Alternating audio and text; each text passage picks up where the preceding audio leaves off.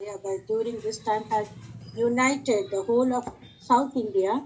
Northern India was divided into, had split into all these kingdoms where there was no unity, and Delhi was ruled by Ibrahim Lodi. The Punjab was ruled by Daulat Khan Lodi, who was his uncle. This situation helped Babur, facilitated Babur to invade India, who had lost his kingdom by this time, who was trying for his luck. So, coming to now, we will see the early life of Babur and what induced him to invade India. Babur was born in the year 1483 and his original name was Zairuddin Muhammad Babur. He was the king of Fargana, and his father, Umar Sheikh Mirza, had died when Babur was of 11 years age, and Babur became the king of Fargana at a very young age. However, his uncles, Shevani Khan and others, tried to take capture Fargana and dislocate Babur. So they induced him, the Uzbeks induced him to conquer Samarkand, which they captured in 1497, and within 4 years, in 1501, he recaptured it again. By this time, he had lost his Fargana, his hereditary kingdom. Now, Babur had lost both Fargana and Samarkand, as a result of which he became a fugitive, and he tried his luck at Kabul, where a minor boy by name Abdul Razak was displaced by one of his nobles and by name Mukim Khan. But Mukim Khan could not get the support of nobles and subjects who had revolted. This facilitated Babur to attack Kabul and which he captured in 1504 without any opposition. Encouraged by this victory, he soon captured Ghazni, then assumed the title of Padshah. In 1510, he defeated the Persian ruler Shah Ismail and captured Uzbekistan, and Babur recaptured Samarkand, and in 1511 he captured Bukhara and Khorasan as well. Encouraged by these victories, Babur turned his attention towards India, where Daulat Khan Lodi is supposed to have sent invitation for Babur to invade. So the Babur began to invade in 1512 onwards, and he captured Peshawar, Lahore, Multan, and in 1526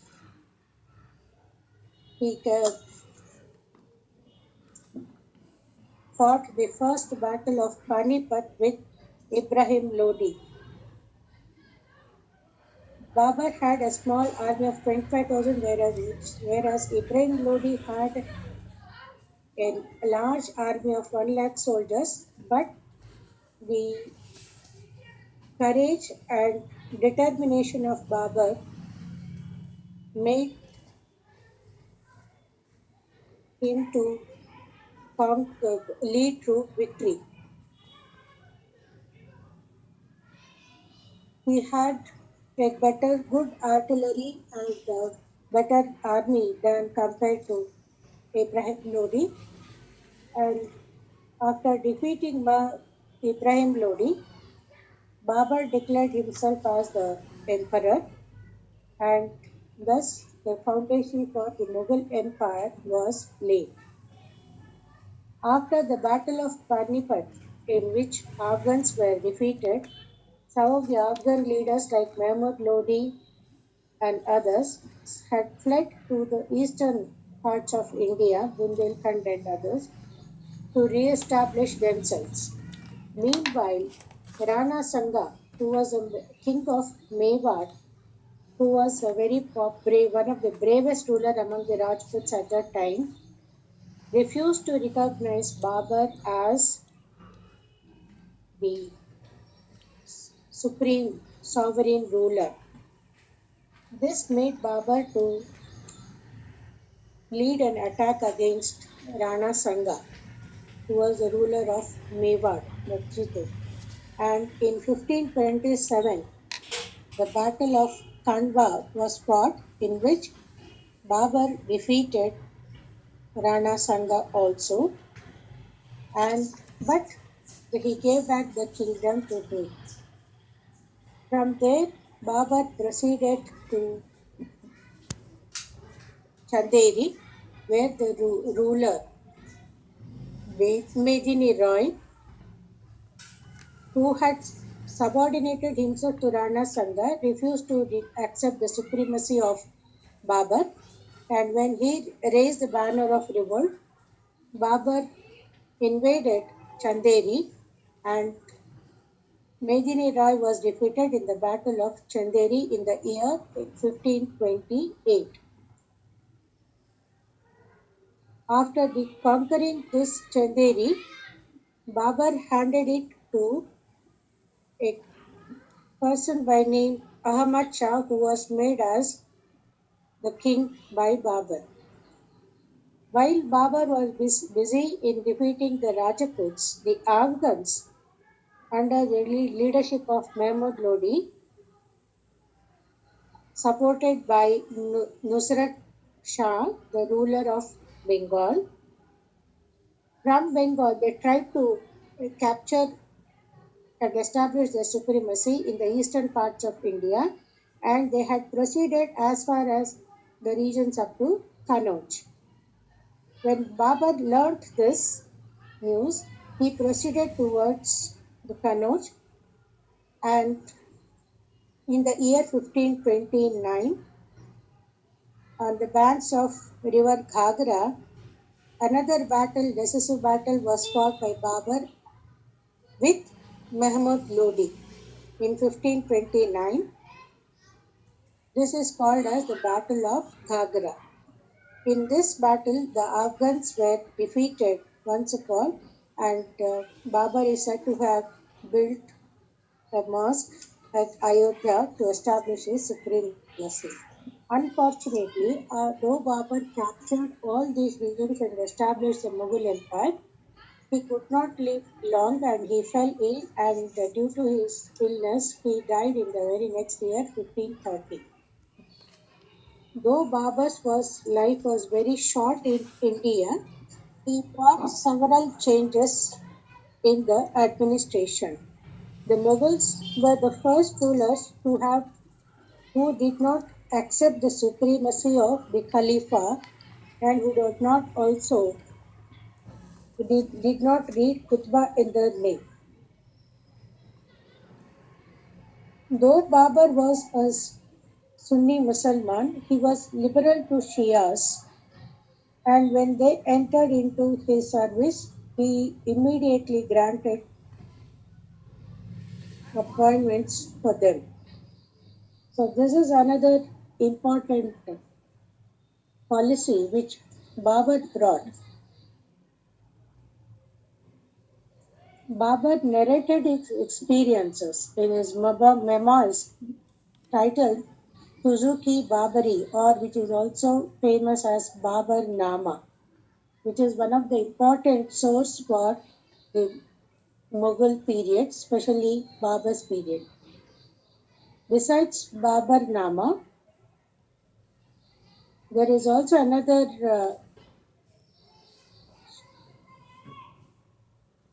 book by name Khat-e-Babari, and there is a person by name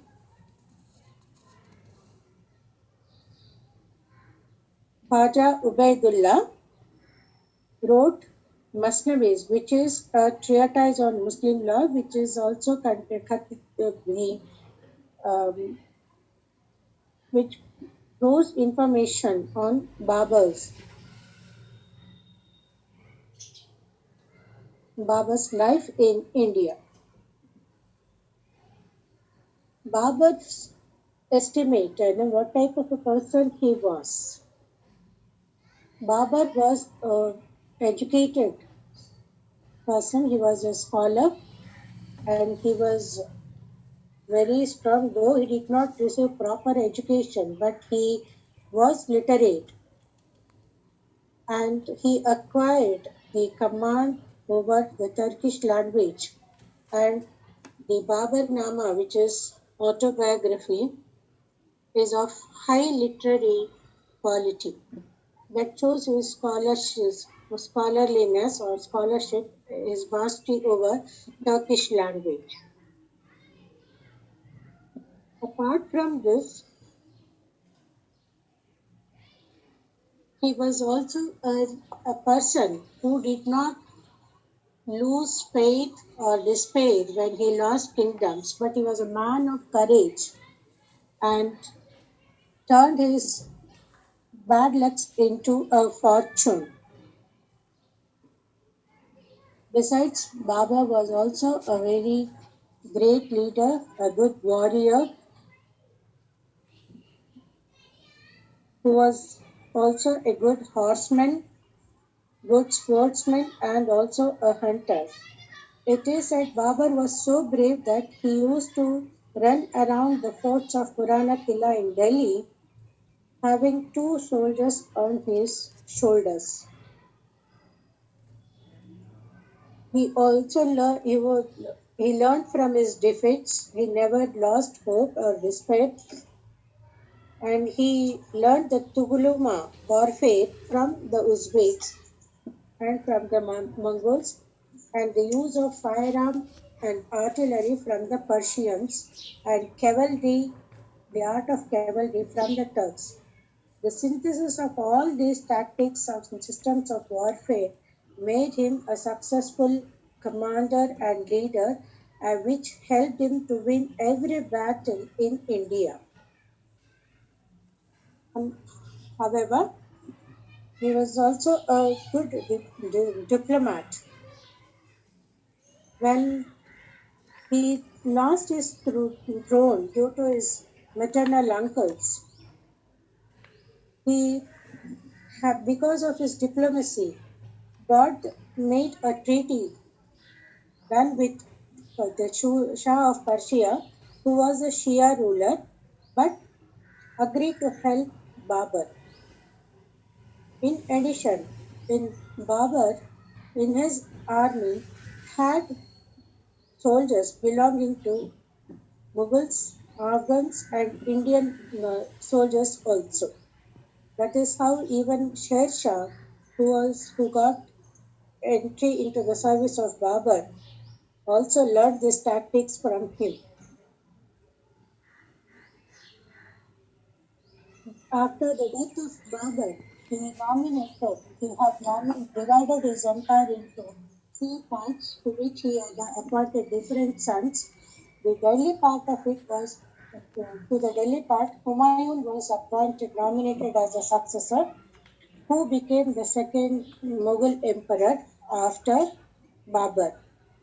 So the policies introduced by Babur were continued by Humayun as well as by his another successor, the Afghan ruler, that is Sher Shah. Now, Babur's place occupies a very special place in the history of India because with him the Mughal Empire started and which changed the destiny with India. So we will learn about the Humayun or Sher Shah in the next class. Thank you.